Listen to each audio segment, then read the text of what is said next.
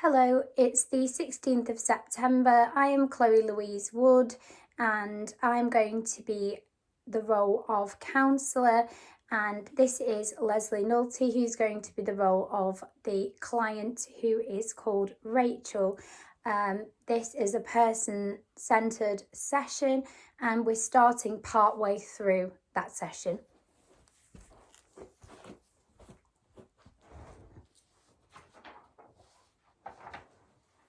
So, you were describing to me, Rachel, that you were feeling a bit down since your birthday. Yes, it's hard to explain, but I feel like the sad moments are coming back again. Although I had a lovely birthday and Mike was wonderful, and so there's no real reason behind it, but I think I mentioned to you that my parents relocated a house, and I miss them so much. Particularly my mum, and I wonder how much that's got to do with it. Yes, you did tell me that your parents had located themselves down to Cornwall. I can imagine that you do really miss them. Did something in particular happen that weekend? Well, nothing specific. It's just that I feel that when they lived at home, it was the house I grew up in, you see, and I still had a room set up there, which Mum and Dad had never changed, and so it felt like home.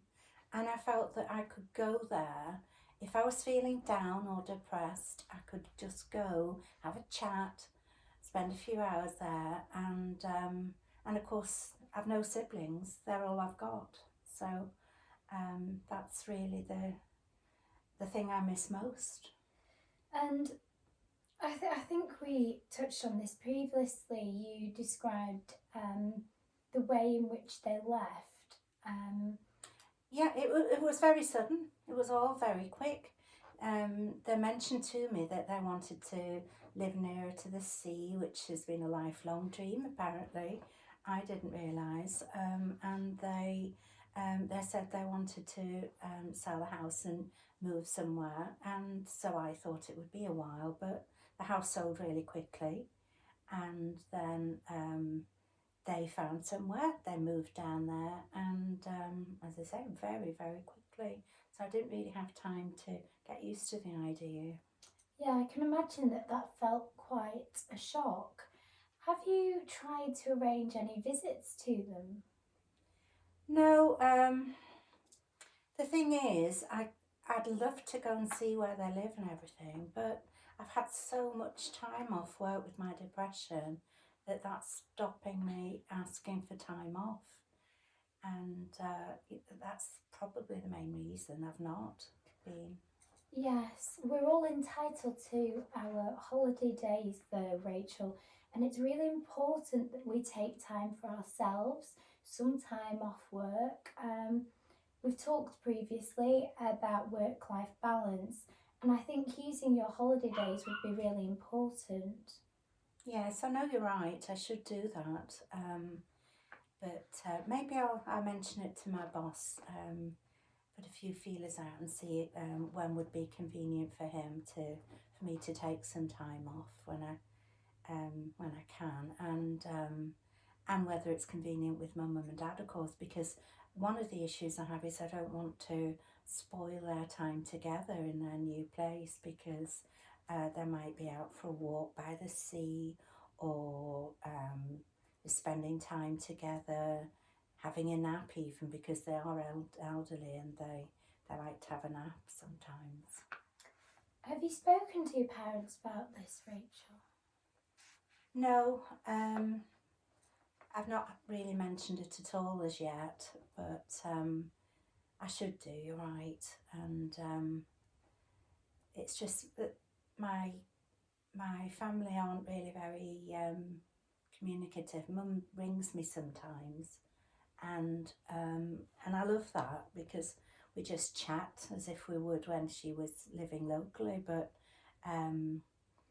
when she does ring me, we just chat about mundane things. We never go into any depth about anything. So she doesn't ask. She asks about Mike and how he is, but she never asks how I am and how things are going for me. But maybe I could invite her down to me, up to me, and or when I'm down visiting them, if I can arrange that first. If I just drop in that I'd like her to come and help with the renovations a little bit or something like that. She might like to come and stay with me, and then I'll have her close for a little while and maybe get that good feeling back, because she wouldn't come if I just said, would you like to come up and stay with me? She likes to be active. So you've described that you feel as though it's difficult to talk about your feelings, but hopefully once you're proximate together again, that perhaps you might feel better about having a chat face to face and just saying to your mum, I've really been missing you, mum, and maybe you can then have a discussion about how you can deal with those feelings together. Because I've got a friend, one of my best friends, who moved away to Australia, and one of the things that I've noticed is it's very easy to go time without speaking to each other. So we'll put in our diary to have a FaceTime, or if something big happens, we'll send an email because then it can be read whenever. Have you thought about communicating with your mum while she's down there by those means where you don't need to be face to face? I've not set anything up at all, because, like I said earlier, I always feel like I might be disturbing them. They're having the time of their lives. But I did actually buy an iPad for her for Christmas, and we've never set it up. But if I'm down there with her for a short visit, then I could maybe set that up, and then that would be the opportunity to arrange that first introduction to using the iPad to FaceTime me or whatever, and that way we could arrange a definite time, because mum likes to be very precise about everything, and she'd love it if we set up a time and I wrote it in her diary for her, and then it's set in stone for her, and she would know that was going to happen, and I wouldn't feel like I was bothering them either. And maybe then we can maybe move on to talking about my feelings a little bit more if we get more communication. That's a great idea. So you've got the idea to set up a visit to go down to Cornwall. You'll get your mum maybe to come and stay here, and then putting in place more contact so that you feel like there's less of a distance between you. And with those things, perhaps starting to communicate better about how you're feeling, because as a mum, I'm sure that your mum will really care to hear those feelings and perhaps to help you with them, Rachel. I'm sure she does care. It's only just that that's how we were brought up. We were brought up so that you deal with things privately. You don't bother anybody else with them. And I'm sure her opinion of depression is, well, you just get on with it and deal with it yourself. And so that's going to be difficult. But I think if she realised that it means so much to me to be able to confide a little bit, not everything maybe, but a little bit, I'm sure she wouldn't be awful about it. Well, let's see how it goes once you put those things in place, and then we can have another conversation in one of our future sessions about things. Was there anything else that you wanted to talk about? As you'd mentioned when setting up this appointment, that there have been a few things you felt were getting you down. It's one thing mainly, it's about my work. You may remember we went out for an evening out, my colleagues and my boss, myself, and we had a great time, and you remember also I said how much more approachable I found them, and how I began to see them as more like human beings and not the perfect people they seem in the office. And it was great. I felt that was very positive, but then I walked to the tram that night, to the tram stop, with my boss, which I thought was very kind of him.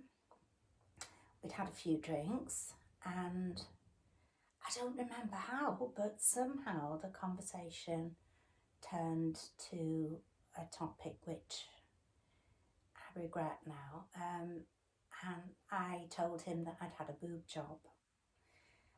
And I didn't think I needed to say it, that I was telling him that in confidence, because it's something that I said privately to him outside of work, and I didn't think that anything else would happen. But then last week, I was in the office. I was very busy that day, particularly busy, and so I missed the coffee break, and I didn't mind because I was busy. But then later on, one of my colleagues mentioned to me that during that coffee break, when I wasn't there, my boss had told them all about my boob job. Oh dear, Rachel. And it was very upsetting. I felt very betrayed by him and very embarrassed that they all, I don't know them that well, that they all knew something so private about me, and regretted saying anything at all. But it was there, it was out in the open, and it made me see my boss differently, to be honest. I can see how that would be really upsetting to hear that. And you feel like you've spoken to him about something in confidence and in a light manner, and it's then been repeated to others. What happened next? Nothing. I let it go. I just sort of laughed it off with the girl, and but it made me think, as I said, that I couldn't trust him to tell him anything, but I didn't want to make an argument of it with him by challenging him, because he could probably say, well, you never told me it was private, you never told me not to tell anyone. And I actually didn't. I just assumed that he would know that was a private thing that wasn't for general work knowledge. And so I let it go. And I sometimes think, should I have challenged him, or is it best to let it go? I don't know what's for the best. It sounds like you've made a decision not to challenge him and cause any more issues, because I know it's something you're really conscious of in the workplace. But there is something that you can do, which is when somebody has done something that you consider as hurtful or upsetting, it gives you the information with which you can make decisions about your boundaries and what information, for example, you want to share going forwards. Yes, So I do regret it. It sounds like you've formed a view perhaps that you wouldn't share, again, private information with him, and maybe he's one to keep it a professional and appropriate relationship where you don't share private information with a view to protecting your feelings going forward. Yeah. I just don't know how it would have come up in the conversation in work, but it has, like I said, made me think that I won't do that. I won't share anything with him that isn't going to be, or that I wouldn't mind being common knowledge, because I know he's not trustworthy. No. And actually, I have found him out. I think he just likes to show off a bit that he has some knowledge, because I found him out as someone who does tittle-tattle to the colleagues about matters that really are not work business. Right.